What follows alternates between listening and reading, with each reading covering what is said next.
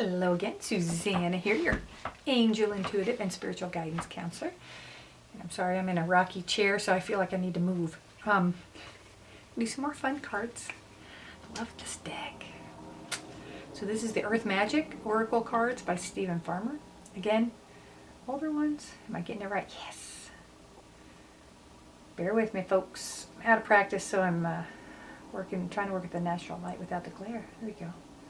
Glare. There we go. Lots of little critters and stuff in these I like. Because I think, yeah, Stephen Farmer did a lot of the animal oracle cards and stuff. Back in the day, he and No Name, she who shall remain nameless because she doesn't want to be named anymore. You all know who I'm talking about. Used to work with the Hay House. Too close. Extreme zoom. There we go. Refocused. Okay. So yeah, I really like these cards. I'm going to try not to rush at the end if I go too long, or I don't know, I had something happen with a battery on the camera too, so don't know what's going on. So here we go. Let's try a couple. I'm going to do 3. I like 3. 3 is a magic number. Schoolhouse Rock. And here I am in my water room again. See my water waves. My mermaid. My mermaid. Yes. I could go through all these cards. You know, I may do that. If y'all up for it, I can go through because, you know, a lot of people do those unboxing things, which is kind of odd. But for something like this, I think it'd be cool if there's a deck or something and you're not sure if you want to buy it. If I have them, I have lots. I don't have a lot of new stuff. I think probably the newest printed thing is probably from maybe 2 or 3 years old. I like sticking with the old-fashioned tried and true, but there's so many different ones out there. That might be an option, you know. I can do something like that. Or if there's other decks that you've seen in my videos and you want to see more of them, I can just flash through. We can do little topics, but they'll be long, or we can cut through, do them in parts. So, whatever. We'll play. Let's see what happens. This is fun and entertaining, right? And hopefully we learn something.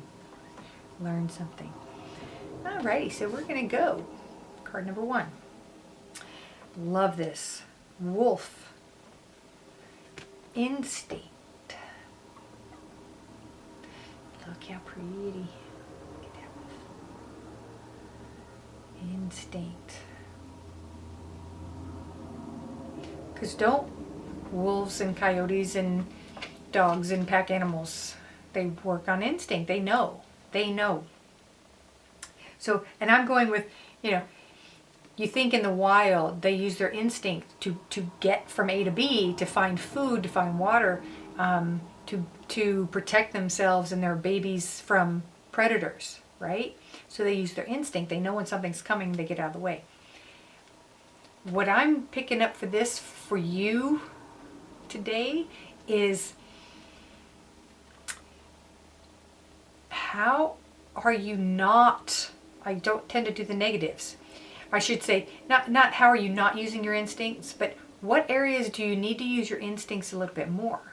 Do you need to, is it opening up and trusting? Thank you, there we go. It's trusting your instincts.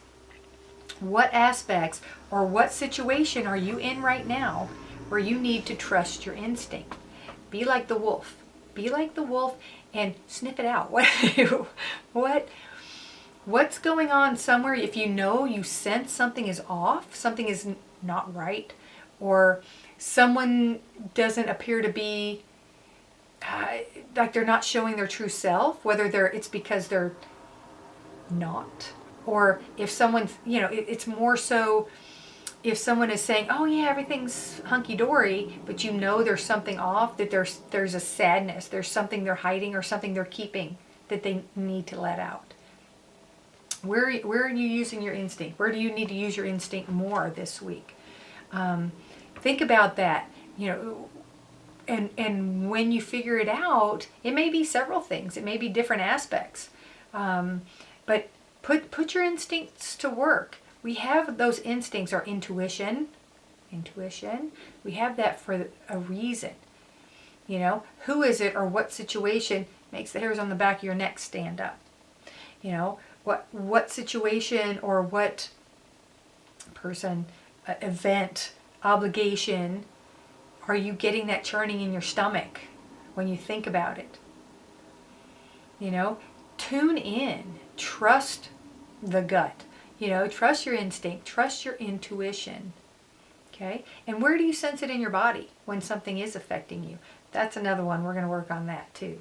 Might do another quickie video after this one about how to trust your intuition and how to figure that one out. So think about that this week and work on that. Work on tuning into your instinct, your intuition, and using that to gain clarity and focus with, or work through something or deal with a situation. Okay. The next one. Ooh, fun. Volcano. What was that one? Volatility. What?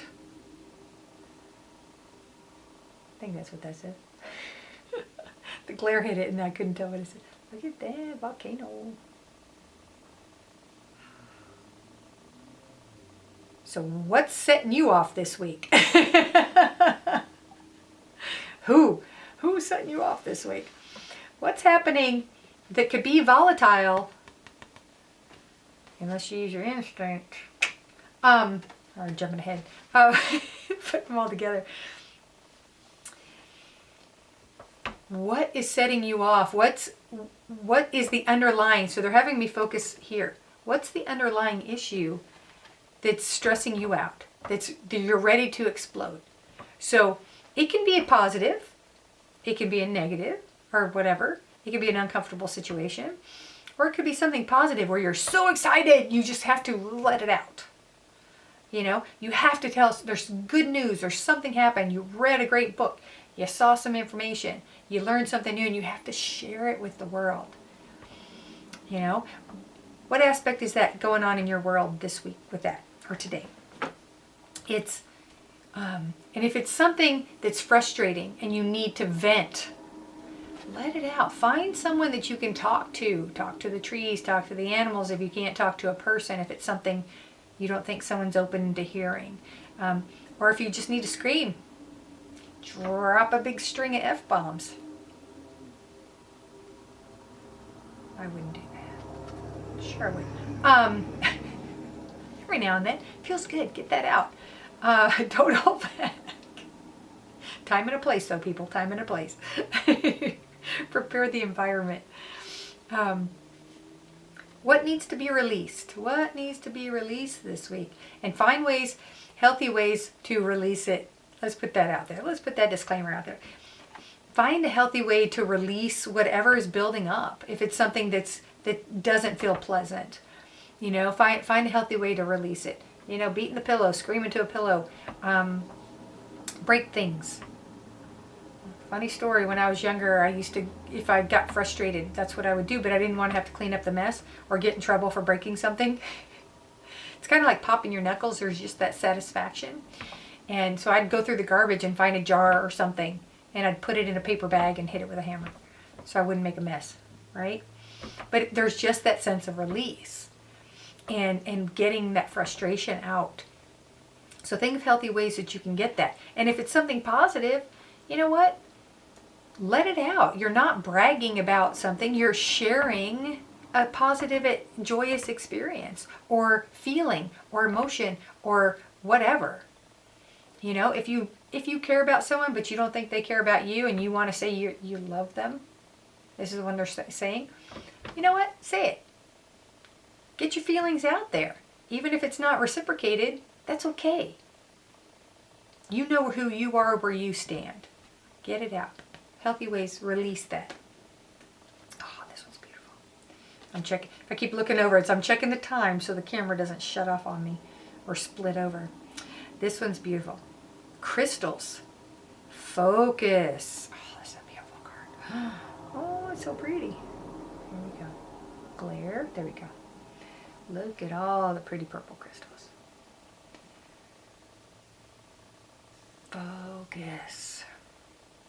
And it's interesting that they say focus with the crystals, because if you look, well, if you grab any of your crystals, crystals are faceted, right?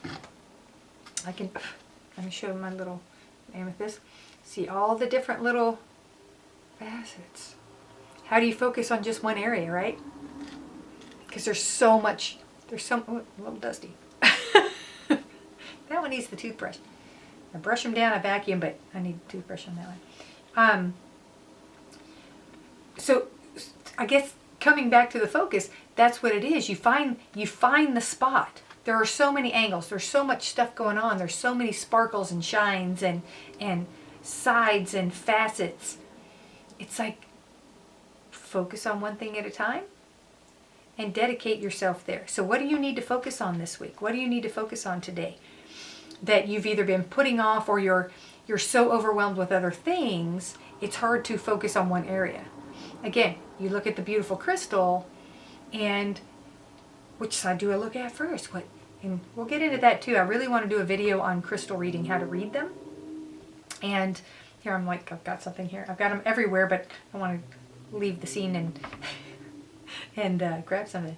But we're going to work on that too. But it's finding, what area do we need to focus on first? Doesn't mean we can't look at other angles. We can't look at other parts. But what aspect do we need to focus on first? So think about that this week. What are you putting off, or you're looking at the whole picture, but let's pinpoint what needs to be pinpointed and zoomed in on. Because they're saying it's something more specific than the big picture. Okay? So think about that. Use your instinct and intuition. Release the volatile stuff. And focus. And have a beautiful week.